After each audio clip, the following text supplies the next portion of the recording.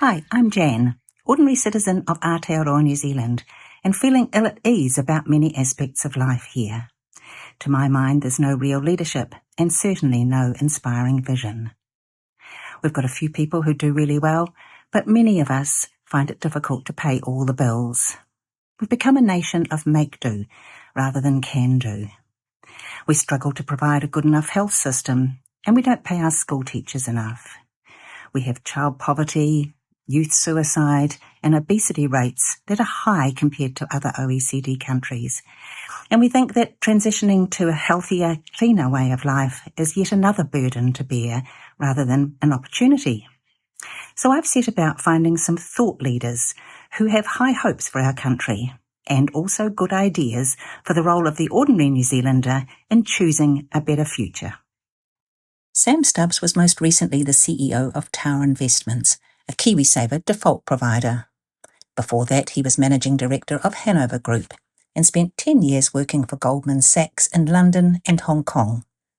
He previously worked for NatWest Markets, Fay Rich White, and IBM New Zealand.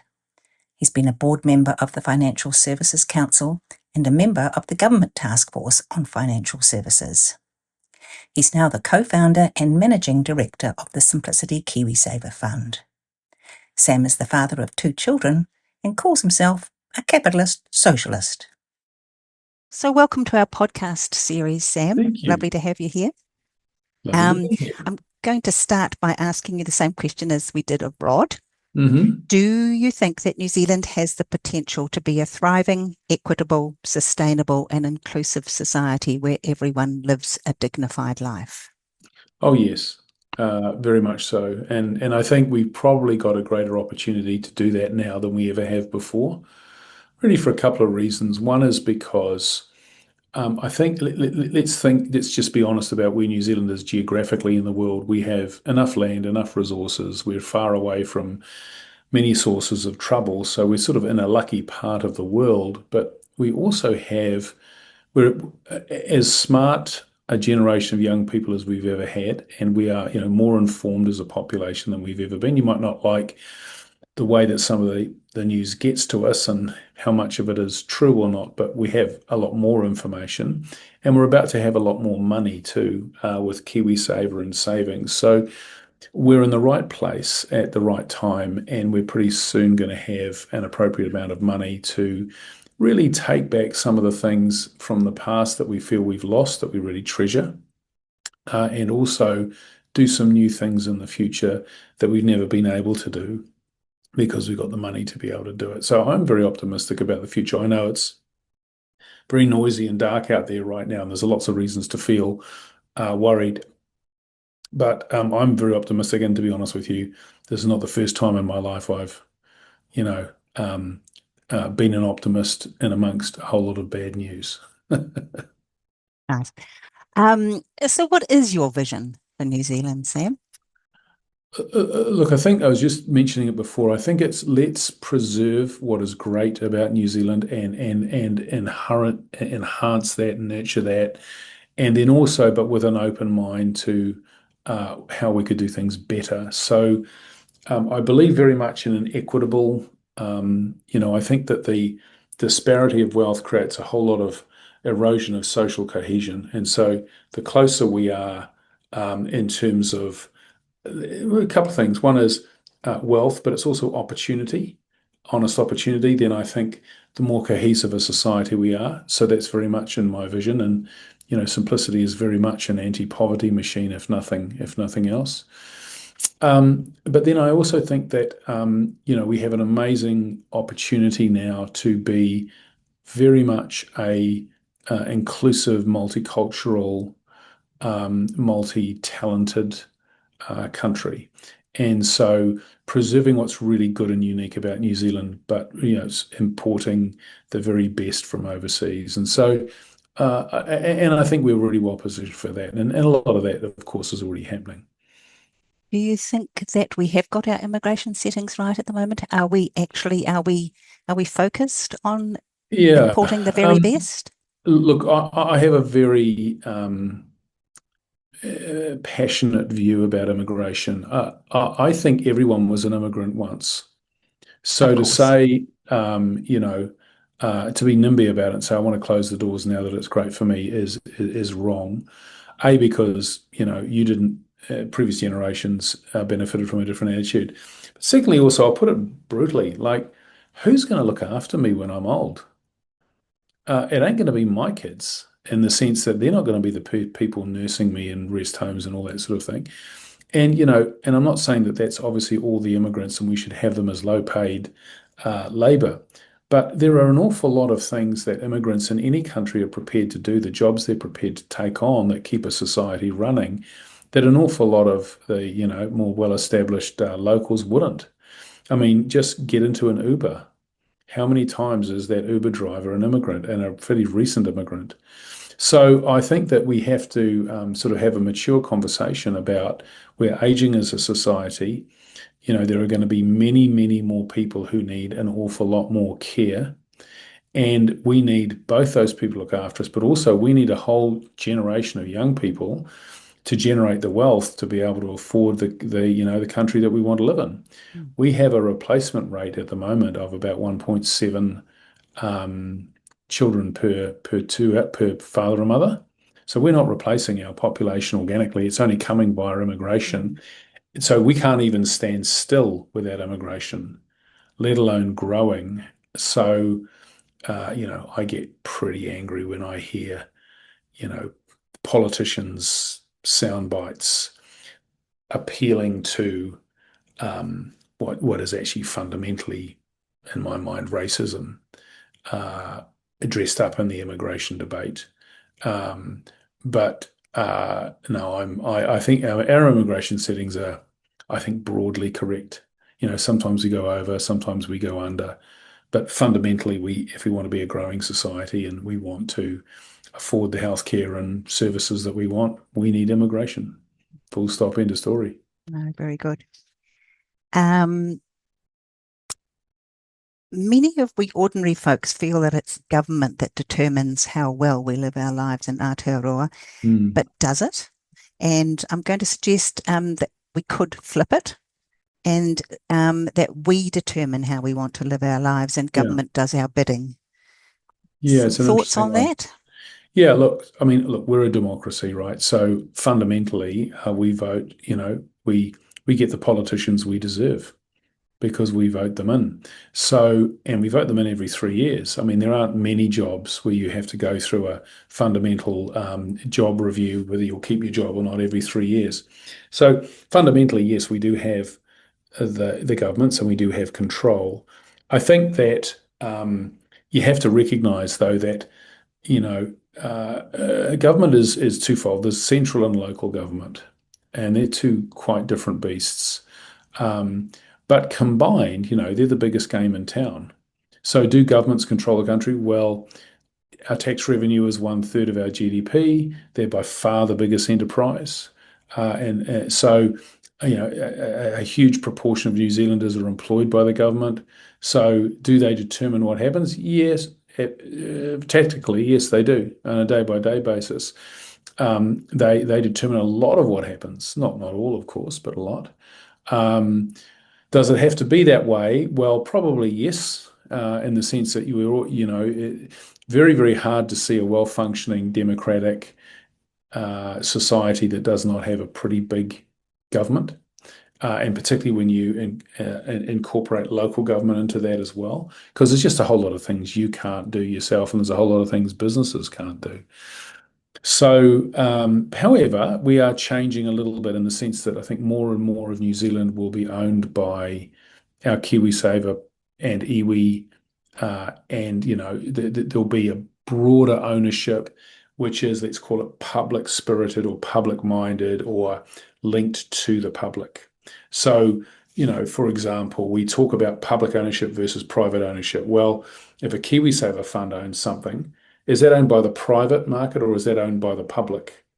Is that public ownership by a different name? So we're about to enter into a world which has, I think, a greater spread of influential organisations.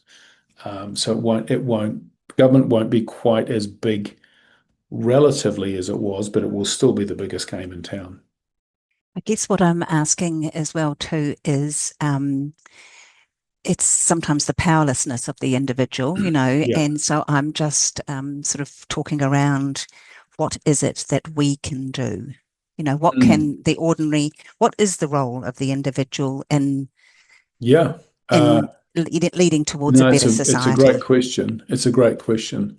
I think that the individual voice has been diminished by virtue of how loudly people can shout and how frequently they can, particularly on social media. So the number of megaphones has gone from relatively few to 5 million. Mm, And that makes it very noisy. And that makes the ability for any individual to gather others around their cause and to be noticed harder. It's just a noisier world out there. That said, I really believe in that. Is it Margaret Mead who said, never mm. doubt that a group of small and impassioned citizens Committed, can change the yeah. world. Indeed, that's the only thing that ever has. And Mm, I still believe that. And, mm, and I absolutely believe it because of mm, simplicity. I can see what we're Yeah, doing you walk now, the talk. Yeah. which is a very small group of people who are hopefully starting to make, a meaningful difference to New Zealand. So um, I hear you that it's noisier and frustrating and difficult, but I still don't believe that it's impossible. I think it's possible. It's maybe just a little harder. The thing is that there's, sort of not exactly two groups, but the people who can um, create change, the individuals that Mm. can create change, i.e., you, Mm. because you are a person who has something. For those who don't have much, there's not, I guess they rely on the people who do have something to Yeah. create change. Or they bandy together and make noise. I think one of the problems with the modern world of social media is that people with crazy opinions have a megaphone, Mm, and they can fight. Like, let's call it extreme racists. In the past, they used to be so disparate they could never find each other. So they yeah. were sitting there on Tony Islands and basically silent. Suddenly on social media, they find each other.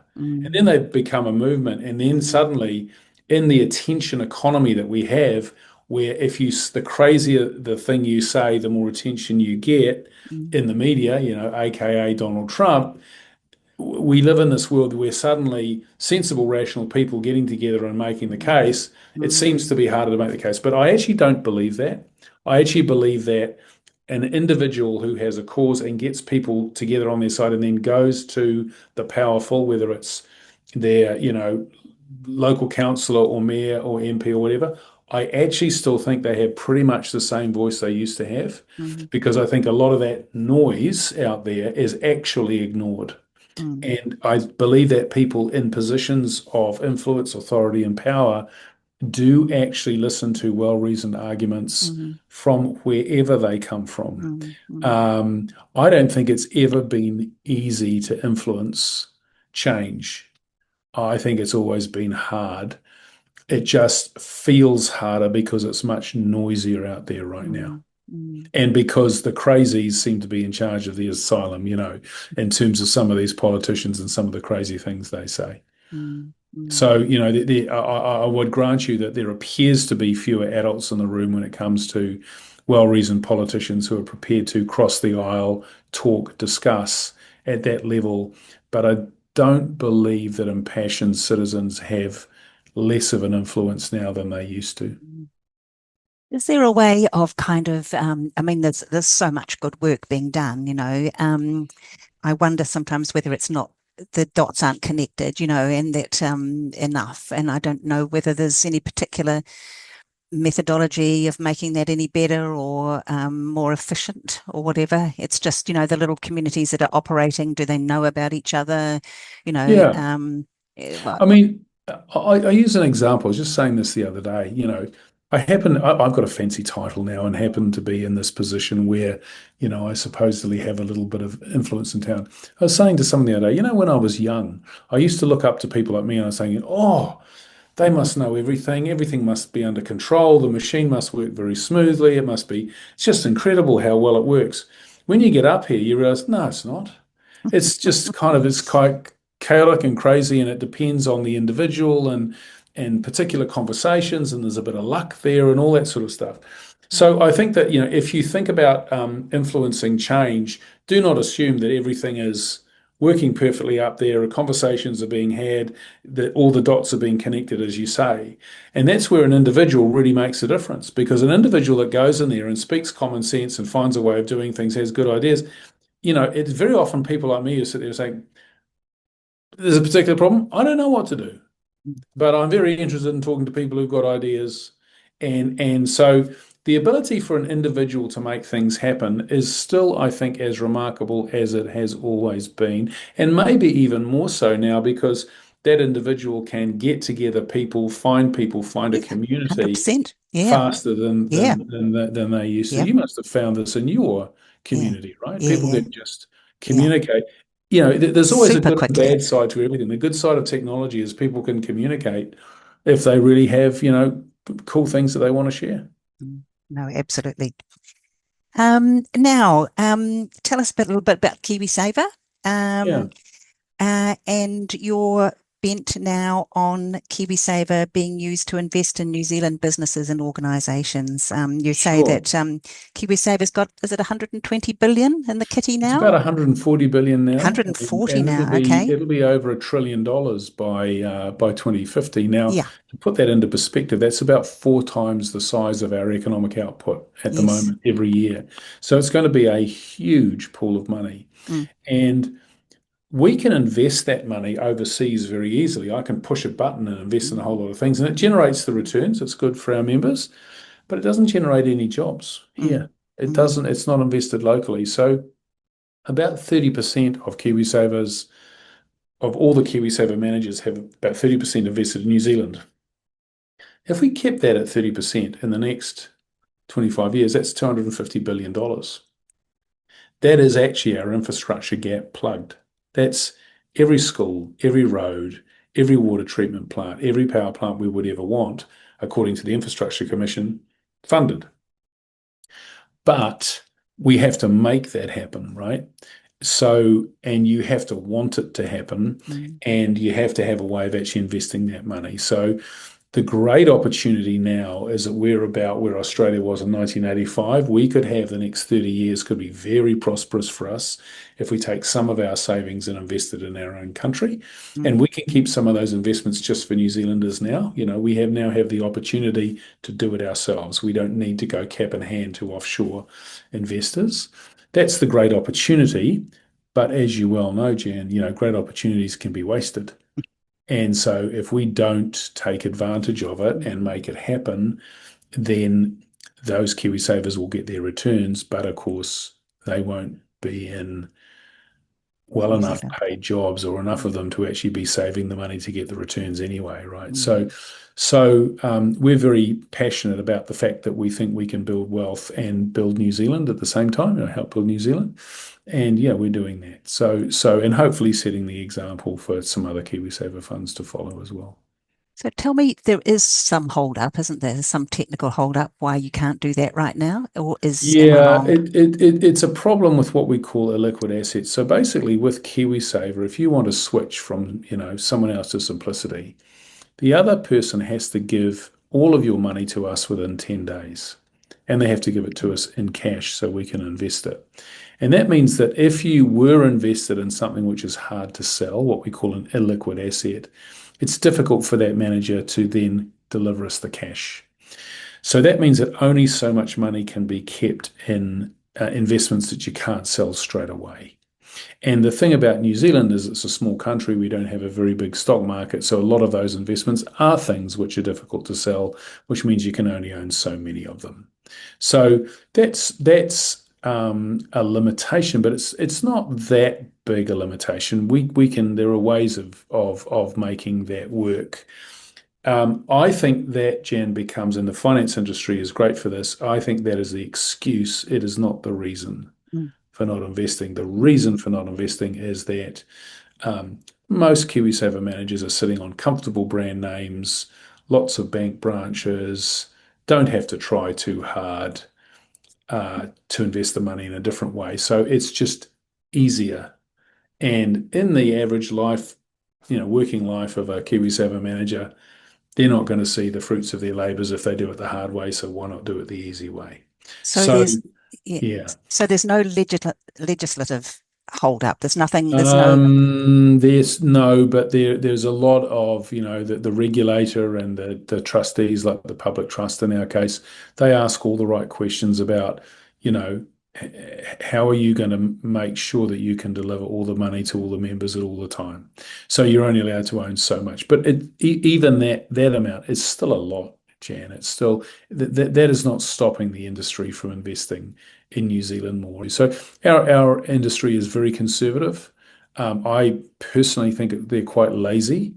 They have, many billions of dollars of other people's money. They should be making them more money than they do. But, that's the finance industry. And the fact is that you actually need all KiwiSaver funds on board to purchase big assets, don't you? I mean, Yeah, simplicity can't do it well, on its own, or not.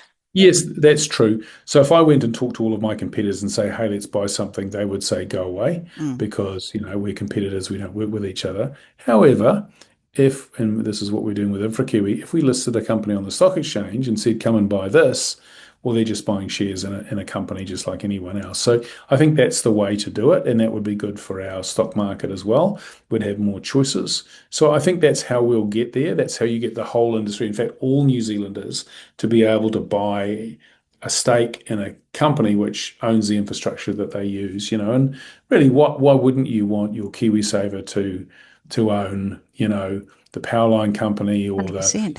and because to my mind that's public ownership. Yeah, this is the If as I mean, this is the problem with the Moa Point wastewater and the Moa wastewater, isn't it? Owned by an overseas company who doesn't really particularly care for the Yeah, yeah. stuff Well, like and that. and and and you have shorter term thinking and so on. Yeah. Well, I think with a lot of these overseas companies, I'm not making any No, particular no, no, comment no, on no. my point Mm, operator, but a lot of these overseas companies come to New Zealand a little bit like carpetbaggers. They come in and promise their A game.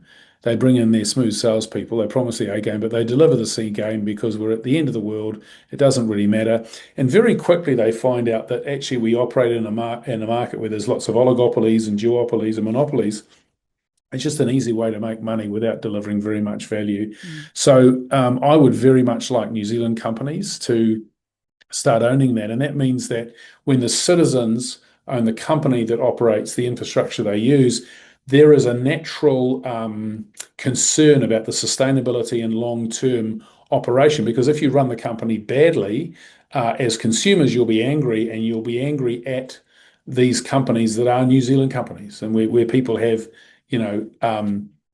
their money and their reputation and their pride at stake in their local market. So whereas if it's an offshore company, they can just say, well, I walk don't care away. what Mm, consumers in New Zealand are saying. That doesn't affect me, mm, wherever I am. So I think that, and it creates more long-term sustainable thinking too, because as an investor and as a consumer, you think long-term, but as an investor, you need to think long-term as well. mm. Yeah. Uh, just a small comment about Fonterra's, the sale of Yeah. Fonterra. Yeah. Look, I kind of think they I don't sold mean out New Fonterra, I Zealand mean the there. brands, The, yeah. the brands, yeah, the Mm, brands, yeah. Look, Fonterra were given explicit permission to become Fonterra on the basis that they would deliver a brand's business. I think they found it quite hard to compete internationally, and I think their farmer shareholders were saying, "I'm not seeing the benefit of this in my pocket. I just want to sell you milk, and you go and sell, dried milk powder around the world." So I can understand how they got there, but I just think it's very disappointing that they did. Because if there was an opportunity to build an added value brands business, milk would surely have been it in New Zealand. It's the one thing where we're just the best in the world at. mm, So it's sad mm, in that regard. But look, it was the farmers own Fonterra. It was their call, and that's the call that they made. And now they've got their checks. Hopefully, they'll be, spending them or saving them wisely. But that means that the potential for Fonterra to seriously add value now, I think, is pretty significantly diminished. I think okay. we now know the beast that they'll be for the future, and good luck to them because Fonterra's success is New Zealand's success. They're that big and that important. Mm. It's just a shame. It's a Mm, shame that we couldn't have actually, that's right. you know, I mean, built a brand there's no awareness. way Lactalis would have bought it unless they thought that they could make a good go of it. So why not us? Yeah, yeah, and I'm seriously concerned about them being a consumer of Fonterra product because the person who owns the brands ultimately has the power. And so while they've underwritten prices they'll pay for milk and so on and so forth, does it mean that in a few years' time, we end up being a price taker and where milk powder truly is a commodity?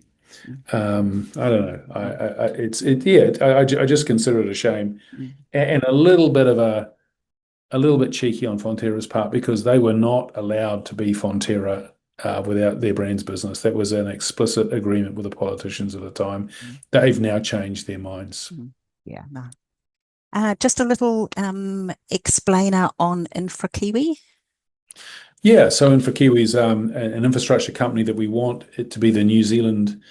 Well, I actually want it to be the biggest and most boring company in the country.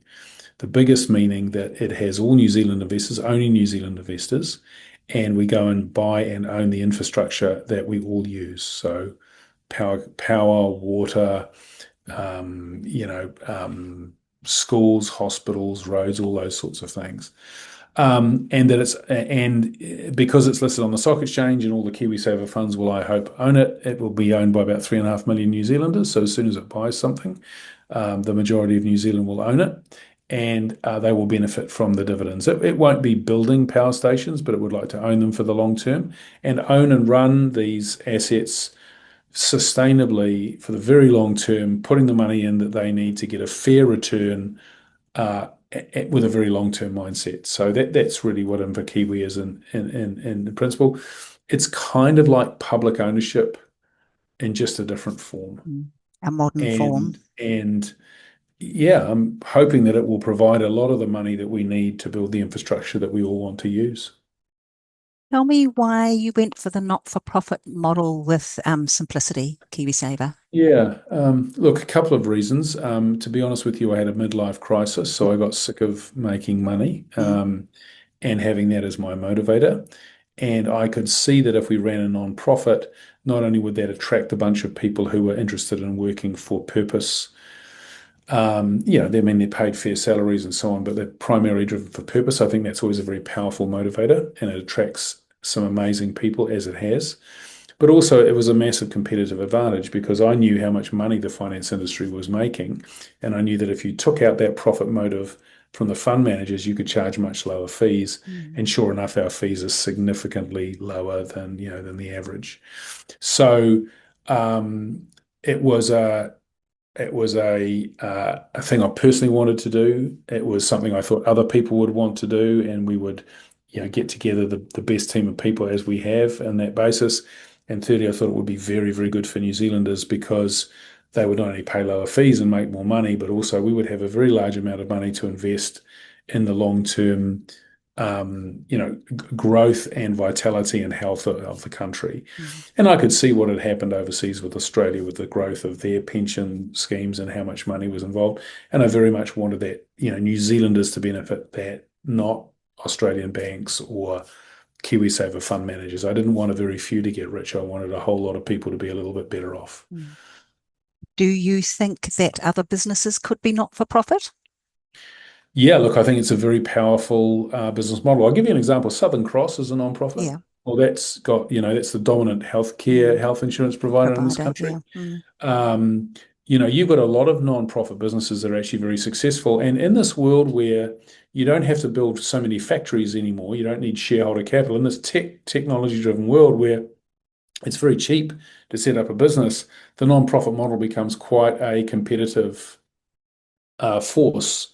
And so I personally think the next Apple will be a non-profit.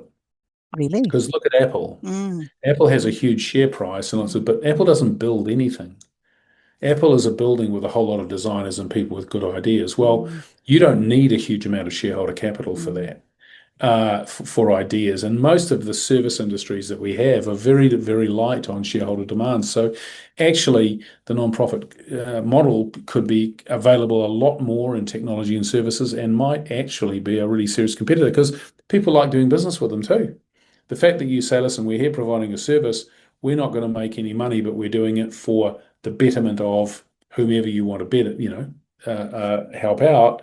That's kind of a nice competitive differentiator, right?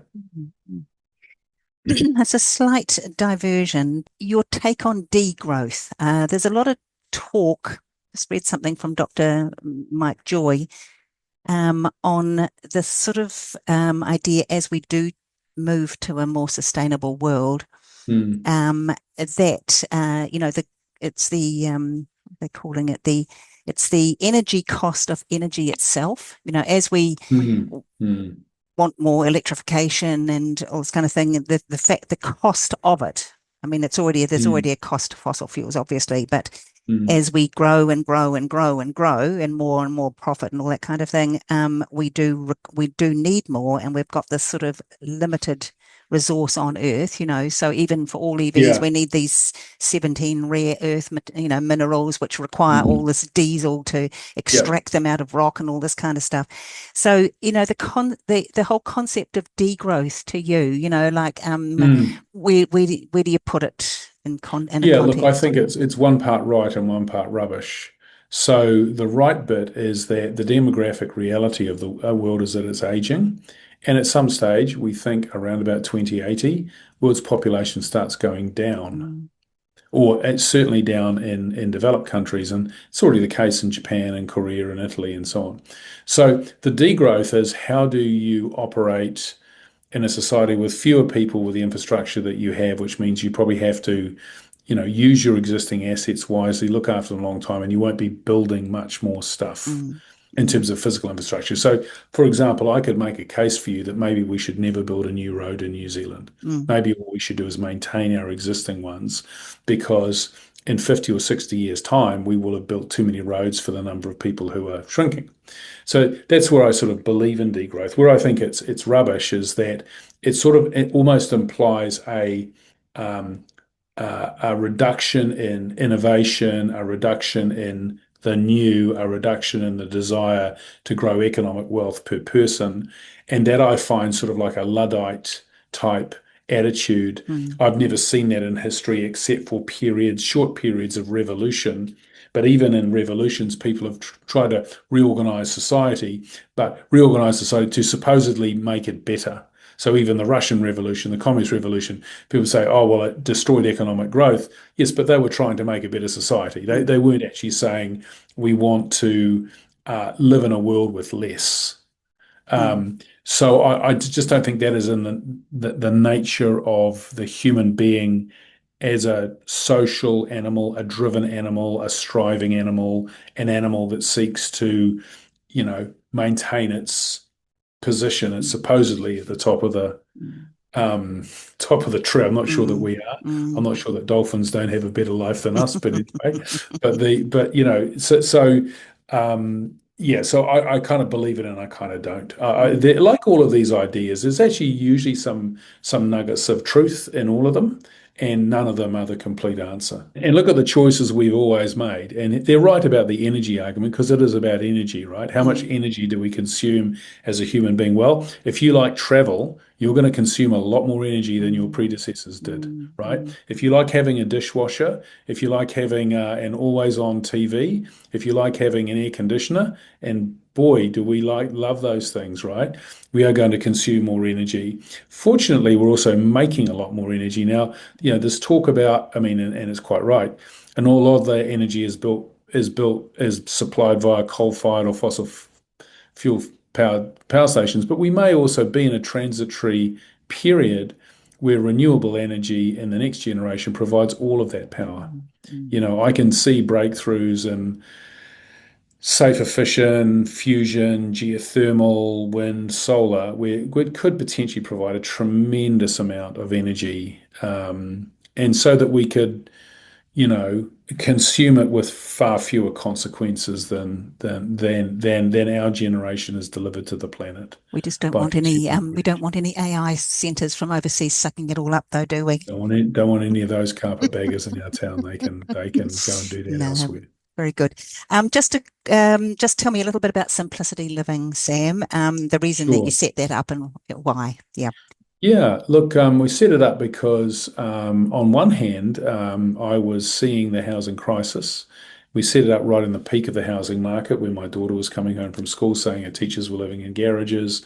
There was this rental market which was with high turnover because people were selling houses all the time. Mm, And people forget that 50% of New Zealand adults rent. mm, We have mm, this dream of home ownership, but mm, that's only valid for half mm, of our adults. So there was this crisis, and then also we could see that we are going to have a lot of money to invest. mm, And so the thought of putting that in build to rent housing, long term secure rental housing, which is very common overseas. I mean, I don't like investing our members' money in too many new ideas. I far prefer ideas that have worked overseas. You bring them to New Zealand. So mm, this is very common overseas. mm, So we took that model. We found a wonderful business run by Shane and Anna Brearley called NZ Living, who are already building lots of houses very, very efficiently. They were in the back phase, although I think they've been giving their whole lives, but they're on an especially give back phase. So they very generously, effectively gave us the company and agreed to run it mm, for a long period of time pro bono. So they've just been, sort of heavenly to deal with in that regard. So mm, their ability and our money has allowed us to start a very ambitious program of building lots of long-term rental homes for New Zealanders and really services a lot of different communities. There's obviously, the shortage of houses in New Zealand is in 1 and 2 bedroom apartments. We've been building 3 and 4 and 5 bedroom homes for centuries in New Zealand, right? mm, mm, On mm, land. But now with smaller families, broken families, widows and widowers, and all these people who are living in smaller household sizes, there's a real shortage of 1 and 2 bedroom apartments. So we thought, look, 42% of adults in the OECD live in an apartment. It's not a very popular option in New Zealand because when we first built those apartments in the 1980s, they were horrible. They mm, leaked. They mm. had body corporate issues. All this have not given them a good name, but that does not mean that you cannot build them well Build a and good keep one. them Yeah. long term. Mm, So we decided to do that, and it's a great investment. mm. So it's a great way of investing an awful lot of money in something which it provides good returns to our members, which it has been doing, and also helps build a better New Zealand. Well, most importantly, Um, in some ways. And just so you're yeah. Homestar 8 or something like that, aren't you? You're high spec.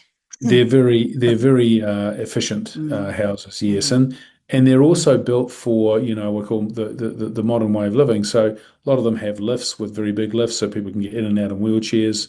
They're on one level for mobility issues. Of course, they have nice views. They're warm, they're dry, and the gardens are communal. Someone else does the gardening, mm, and there are lots of communal meeting spaces and all that sort of stuff. So I think it's sort of design. And look, it's not for everybody, but it's another option. mm. And it's surprising, actually. The one thing that surprised me is how many retired people now are selling their houses and saying, I just want to rent for the rest of my life because I want to free up that capital to do other things with my life. Mm, So I'm not going to basically give the kids the home. mm, I'm going to spend, I'm mm, going to, as one of my friends used to say, if you die in debt, you've won, So I'm going to, I'm gonna, I'm going to. What's the other phrase about? I'm selling the house. I'm getting the money, not the kids. I oh, can't remember yes. that, Yeah. but yeah. So,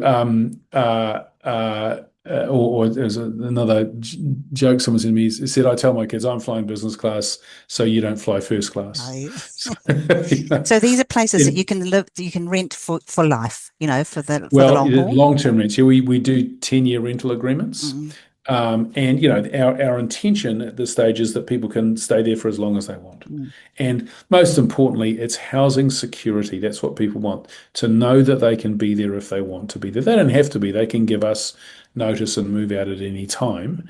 But if they want to be there long term, we'd love that to happen. And my dream scenario is you say to somebody, you can live here for the rest of your life yeah, if you yeah. want to, And it's and they just can. and it's just this psychology of the importance of the roof over one's head, isn't it? Absolutely. Well, Yeah. and it being warm and Mm, dry and mm, no surprises, right? mm, If the fridge breaks, we fix it.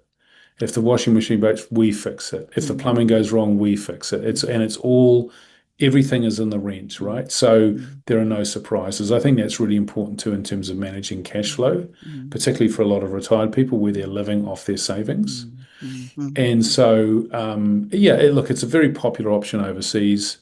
We're doing it here in New Zealand, and sure enough, the buildings we're opening are getting snapped up very quickly. Mm. And once people realise that it's another option, it won't be for everybody, but Mm. I think it's going to be pretty interesting. I think it's going to be an interesting challenge to the retirement village community Yeah, because they're quite expensive. I think yeah, it's going to be a challenge to short-term renters who won't write, long-term rental agreements because they always want to sell a house. yeah. And those are good So, things to poke the borax at a little bit, aren't they, as well, too? Because there's some well, it's things that just are not quite right about yeah, them. we kind of got there's nothing in the middle there, right? Mm, mm, So this, as I say, very common overseas. We're just doing it here. mm. No, good. Um, just before we get on to the slightly more personal, Sam, Mm, just is there any particular advice that you have for the individual? Just getting back to that question, for your mm. fellow citizens, is there any advice that you can give New Zealanders that things that they can do to help create a better a future for all of us? For all of us, yeah. Yeah. Well, I guess the one advice I do is just get involved. Like, so find something you're passionate about because you can't change everything. And it's not that you can't change anything either, you Mm, really can. But it's as with life, as with your job, if you like it, you'll work harder at it. And if you work harder at it, you'll be more successful. So if you want to effect change in whatever area, it's all valid and it's all wonderful, just get involved. And as a citizen, in a society, you will improve it purely by virtue of being involved in it. So that would be my first piece of advice: just get involved. mm, And then the second thing is generally, it's what I tell my kids. It's amazing how successful, hardworking people are.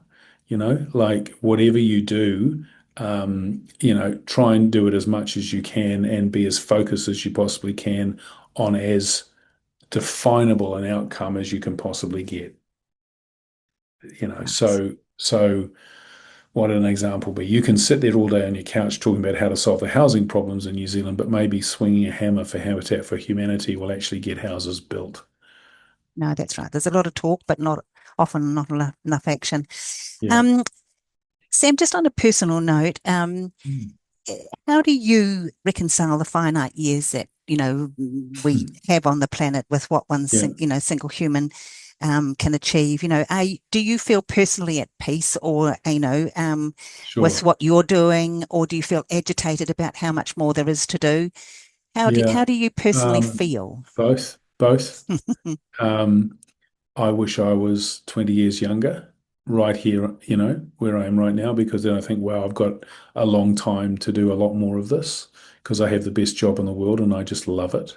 Um, but on the other hand, yes, I'm agitated because I'm thinking, oh, look, I'm only going to be able to achieve so much and I want to do so much more. So it's both. But look, um, I'm incredibly grateful. So I just I feel very lucky to be where I am, working with whom I am, Mm, with who I am, mm, doing what I'm doing. mm, And I think gratitude is a pretty good foundation for getting on with life. mm, mm. Yeah. No, that's great. Do I feel like I'm getting old? Oh yeah. So you ultimately feel that you'll be able to leave this planet, when the time comes, knowing that you've done as much as you can and that you've probably created a bit of a succession plan for the next generations. Yeah. Look, I won't have done as much as I could, but I would have done my bit. Mm, And we're all flawed mm, human beings, aren't we? mm, And life to a certain extent is suffering, mm, as the Buddhists would say. I think so. Yeah, happy enough. And I think I think looking back on your life and reflecting on it, I love those ones where they talk to hospice patients and they say, what would you have done? And it's very, very common, isn't it? Which is focus your life around people and purpose and place. And I feel like I'm doing that. So I think I'm doing sort of approximately the right thing. Um, will I make a lot more mistakes? Yes, I will. Will I learn from them? I hope. Uh, so I hope my last year of my life is the most resolved in my mind. Maybe not, but I will die trying. Yeah. good on you. Thanks very much indeed, Sam. You're very welcome. Thank you for the lovely questions. Thank you.